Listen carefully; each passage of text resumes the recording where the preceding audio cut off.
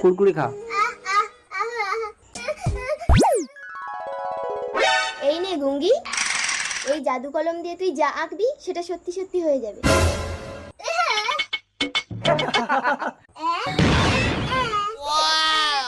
সত্যি সত্যি কুরকুরে হয়ে গেল। তার মানে তো এই জাদু কলম দিয়ে টাকা, গাড়ি, বাড়ি, সুন্দরী যা আঁকবো তাই পেয়ে যাবো। চল দেখি। চল।